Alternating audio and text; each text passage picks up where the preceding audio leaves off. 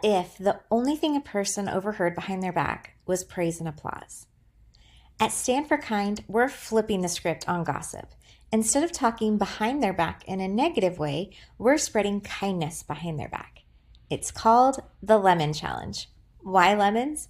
Because gossip is sour and spreads fast, but kindness should spread faster. So, here's how the Lemon Challenge works.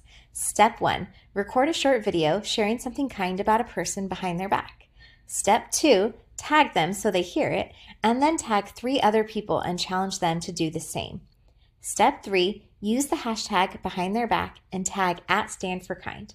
And finally, step 4, the fun part, bite into a lemon and then say, sour gossip spreads fast, let's make kindness spread faster. So why does this matter?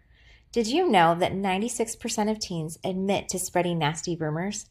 50% of teens feel misunderstood or disconnected, and around 1 in 4 say they have no close friends.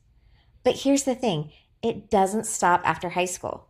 Grown adults still face this in friendships, workplaces, and leadership. Up to 96% of employees admit to engaging in gossip at work, and on average, people spend about 40 minutes per week gossiping. At Stand for Kind, we want to break the cycle. We want to be part of the solution and celebrate each other's wins. We want to be the ones who clap when others succeed and empower the next generation by modeling what kindness and support really looks like. So, ready to spread kindness behind their back? Take the Lemon Challenge. Tag your people, bite the lemon, and let's make this go viral for good.